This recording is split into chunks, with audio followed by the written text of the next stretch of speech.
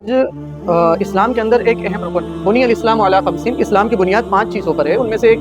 اہم بنیاد جو ہے وہ حج بھی ہے۔ جیسے کہ قرآن کریم کے اندر فرمایا گیا وَأَتِمُّ الْحَجَّ وَالْعُمْرَةَ لِلَّهِ، حج اور عمرے کو اللہ کے لیے مکمل کرو، اس کا اتمام جو ہو اللہ تعالیٰ کے لیے، اللہ کی رضا کے لیے اسے پورا کیا جائے۔ جب ایک بار اسے شروع کر لیا گیا تو آپ اسے بیچ میں ترک نہیں کرنا ہے۔ آپ دیکھیے اتنا بڑا جمع غفیر، اتنی بڑی بھیڑ، اتنی بڑی تعداد،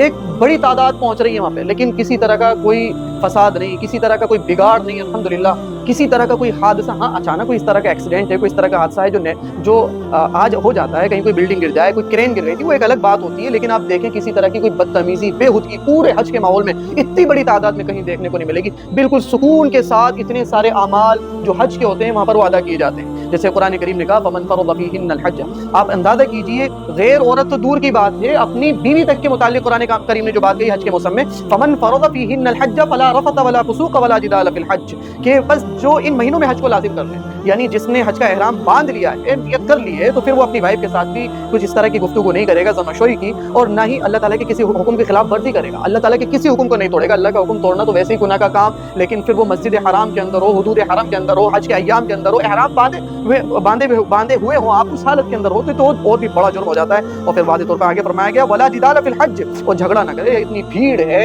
احرام کی حالت میں آپ ہیں، آپ محرم ہیں، آپ جھگڑا بھی نہ کریں، کس انداز کے ساتھ میں، کس صبر کے ساتھ میں، کس جذبے کے ساتھ میں، کس شوق کے ساتھ میں، صرف اللہ کی یاد میں۔ یہ مومنوں کا اتنا بڑا سیلاب اور مومنہ خواتین کا اتنا بڑا سیلاب، اور کبھی عرفات کے میدان میں، کبھی مسجد حرام میں طواف کرتے ہوئے، کبھی مزدلفہ کے اندر، اور کبھی جو ہے نا شیطان کے کنکری مارتے ہوئے، الگ الگ موقع کے اوپر دیکھا جاتا ہے، لیکن کہیں کوئی فساد نہیں۔ یہ دیکھنے والوں کے لیے ایک عبرت ہے کہ وہ دیکھیں اور سبق حاصل کریں کہ اسلام ایک ایسا مذہب ہے جو پوری دنیا میں امن کا پیغام دیتا ہے، اور آخرت میں بھی انہی لوگوں کو امن اور سکون ملے گا جو اسلام کو تسلیم کرنے والے ہوں گے۔ آپ اندازہ کیجئے، بلکہ قرآن کریم نے واضح طور پہ ارشاد فرمایا وَمَا تَفْعَلُوا مِنْ خَيْرٍ يَعْلَمْهُ اللَّهُ،